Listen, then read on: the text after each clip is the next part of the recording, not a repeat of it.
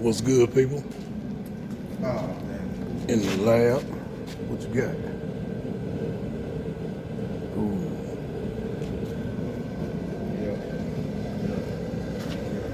Yeah. Yeah. It's funny how this looks so much like you, to the point where I can just trust it. Cool. I'm ready when you ready. Do some experimenting. I knew that was gonna happen. Y'all hold on right quick. Hey, let me get through shooting this video. I'm gonna hit you right back. All right. What's going down, people? In the lab, as usual. Got old Uncle Mike out here with me. He working on the little Toyota he just bought. Kind of look like he know what he doing. FSC for life. FSC for life. I heard you. Well, y'all see that old gold thing still back there. But he getting his, he had to get something done to his bumper. And the place he was gonna take it to, man, they actually didn't have room for his car. So I told him he can leave it over here tucked in the corner. They got the bumper done. They had to make his grill. And now Pat, the paint man, gonna put his bumper back up there.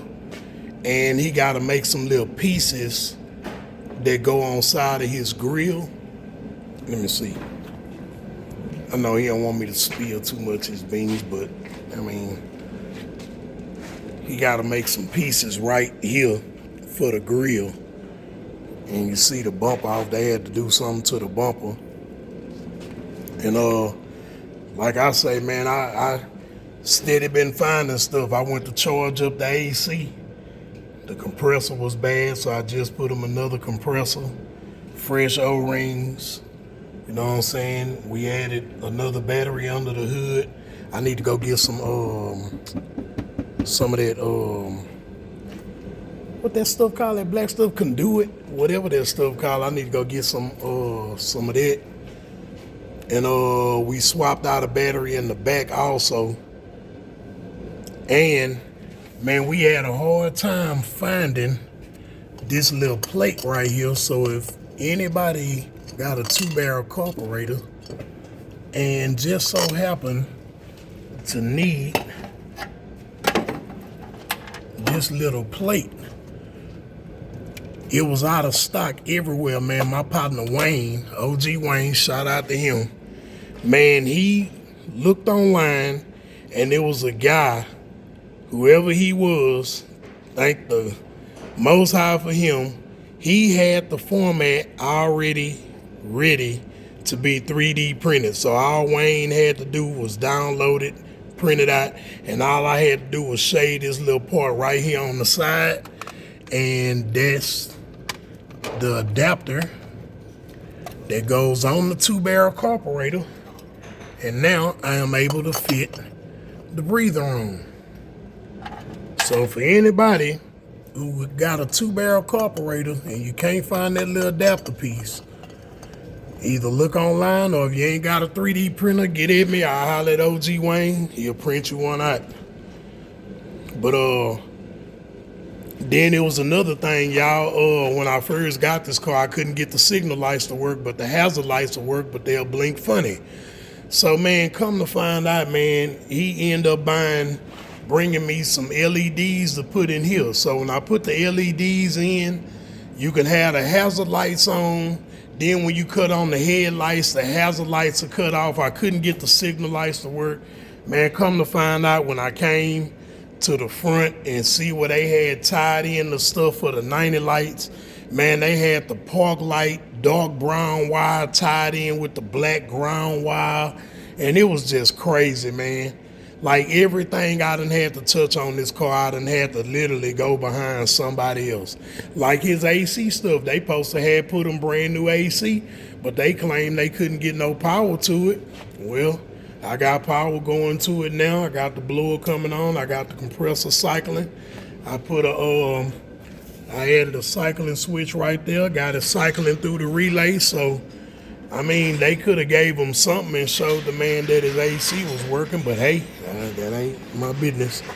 But you know, I'm letting y'all know why this car, been here. We been working. It's been a long time. And like I say, a lot of the stuff I ended up doing to this car wasn't even on the original list.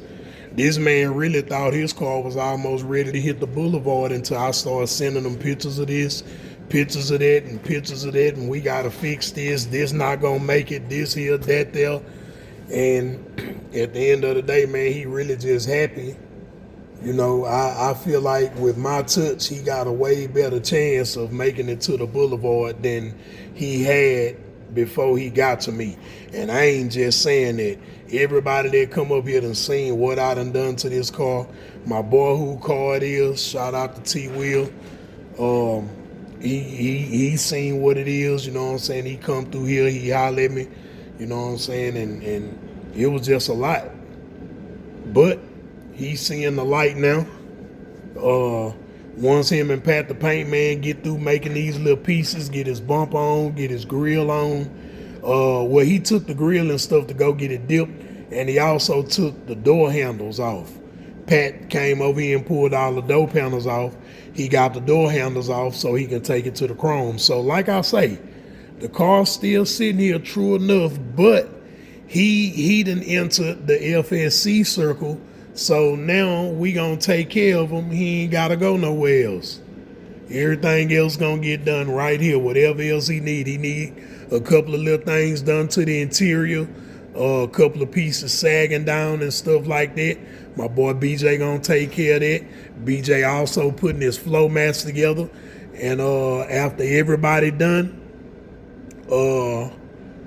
I'ma bolt the wheels up for him, and Pat the paint man gonna detail it up for him, and he should leave here bolted up, jamming, blowing AC, and he should be happy, man. He should be happy. So that's what it is on the gold car, y'all. It's been here for a while, but man, we done got a lot accomplished, a whole lot. And my boy, he is not complaining because he actually seeing the light, you know what I'm saying? And he know everything I done touched, he seen what I done did, how I redid it and all this. So, I mean, he is truly satisfied, y'all. But yeah, I had to kind of clarify that up so y'all won't think I'm just bullcorning around on the gold car. No, it's not that. We taking care of business. And like I say, me going behind somebody else's work, man, steady finding little stuff, man, I just want to make sure when the man leave FSC Auto, he gonna be riding and jamming with minimum haps. You know what I'm saying? But right now, got this here that came a couple of days ago. I had a part that was on hold. Clean Rivi. Nice. Very nice.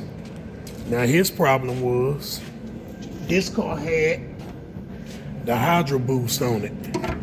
For those of y'all who don't know, it's a brake booster back here now. But you got the Hydro Boost where you have, matter of fact, it's this right here. That's the Hydro Boost. It's ran by the power steering pump, so it's like a hydraulic brake booster. Now, the problem with that was, for some reason, after you drive this car for about 15 minutes, the brakes will just automatically start locking up. So, my boy and them, where he was there first, they ran through it. Brake hoses, brake lines, they went through everything, brakes, rotors, all that good stuff. And the car still was doing it. So they get it over here to me. I check it out.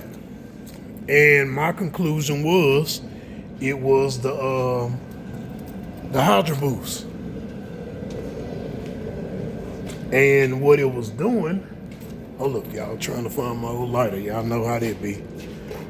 The problem was, I guess one of the valves or the seals or something was going bad inside that Hydro Boost, And what it was doing is after you drive it for a while, it was actually just pressing the brakes on its own, I guess. And I figured it out when it was locking up on me, and I pulled up in front of the shop. And with the car still in drive, I just cut the ignition off. And soon as I cut the ignition off, the car freed up and started rolling on its own.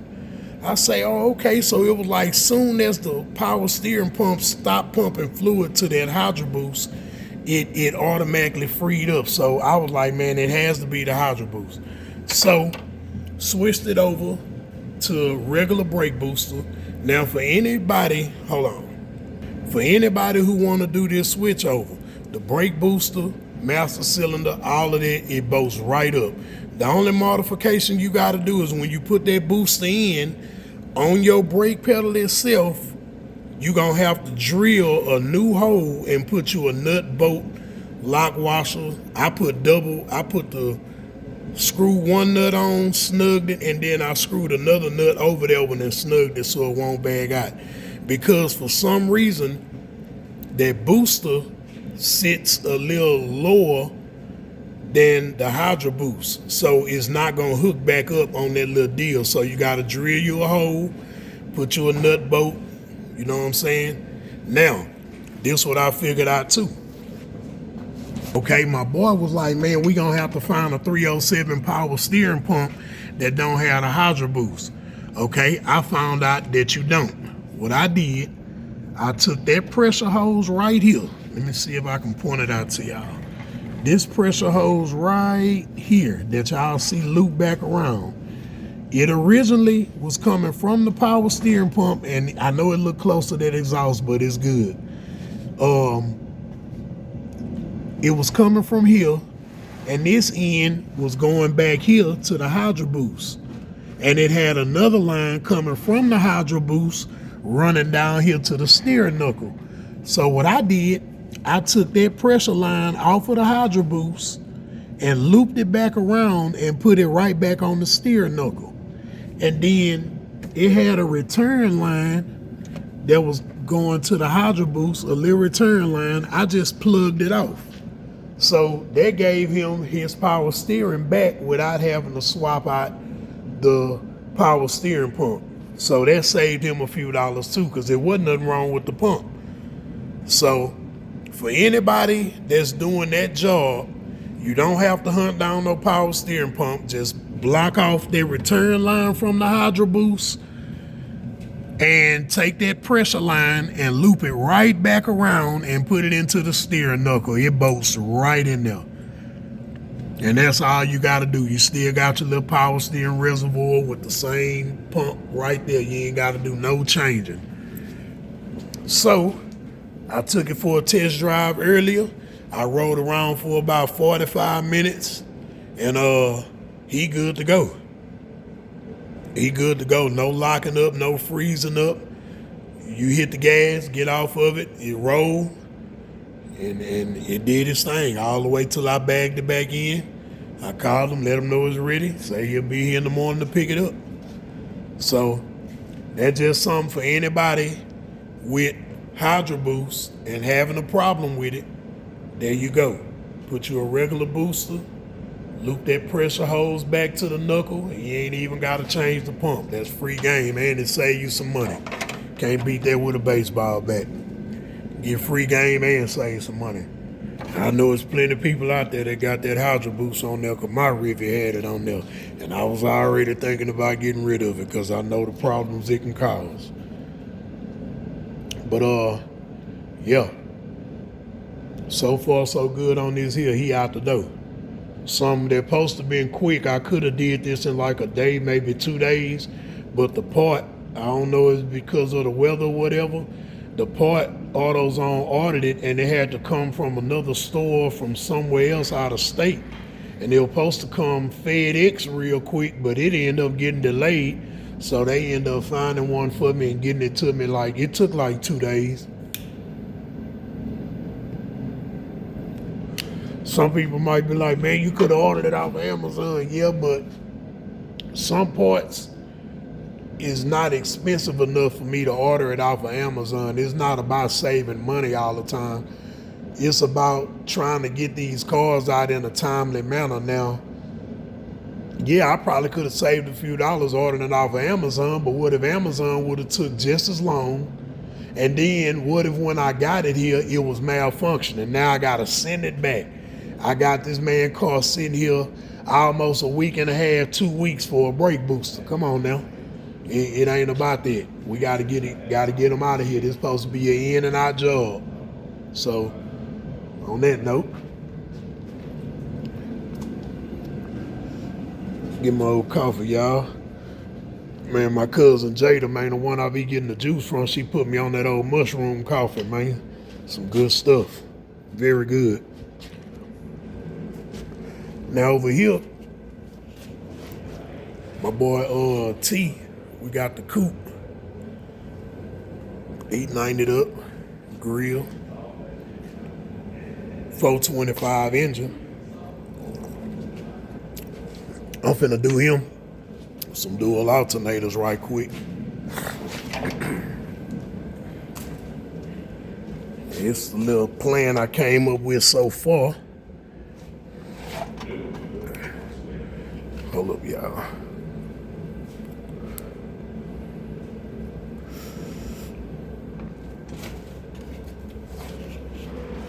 This is a little plan I came up with, so. Okay. I got my old trusty cardboard. Got my bracket mocked up. This alternator here. Now it got a serpentine belt pulley on there, but I'm gonna change it to V-belt. Now, the reason why I go with this alternator for old school cars, now that this here, some more free game for y'all. The reason why I go with that particular alternator, that alternator comes from a 92 front wheel drive Cadillac Fleetwood Brougham. Now, the reason why, because that's the same alternator. You can use it. You can also buy the pigtail brand new. And it's a one wire Excite. Just like a regular old school alternator, except this one is 140 amps. You know what I'm saying? This car is a 70 model car. I'm pretty sure the alternator that was on here was probably maybe 80, 90 amps. And it got an electric fan on here and everything. So they had put a beefed up alternator, but he wanted to separate it. So I got him the 140, new pigtail. I already got him positioned. Then I got my little bracket marked up down here. It's gonna bolt up right here. I gotta go get my spacers from the hardware store. Got another screw down there at the bottom. It's gonna bolt up down there.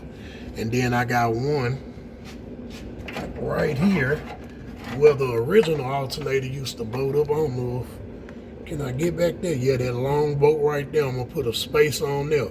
So by the time I bolt that right there, them two over here with the spacers, this bracket is gonna be tight. Then this alternator here is the beefed up one. It's gonna bolt up on this end and on that end right there and sit perfectly in there. And then I got some little tensioners I'm gonna put somewhere right here. You know, mount it somewhere on the bracket, put a couple of them. That's gonna make that belt come from down there, come around here, and I want it to loop back around real deep. I'm gonna try to put that tensioner maybe right here so it can bring that belt down deep and then wrap around that tensioner and then come up to this alternator and then go back around here. So hopefully that'll kill the extra squealing and burning of the belt on the beefed up alternator if I can get that V-belt to wrap around it real good. So far, so good on this here. We got a few things to do to this. I wouldn't call it a project because he running already. He just wanted the dual alternators. I think the radiator leaking and the transmission pan gasket leaking. Other than that, he fired right up and run. So I wouldn't even call this a project. I should have this in and out pretty quick. I should have this in and out pretty quick, y'all. Pretty quick.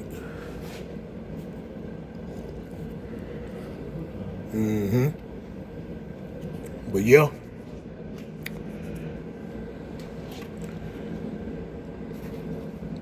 Me and Uncle Mike in here, man. It's been cold outside.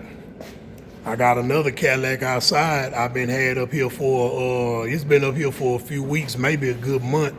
But when he brought it, I told him it was gonna be a little while before I can touch it.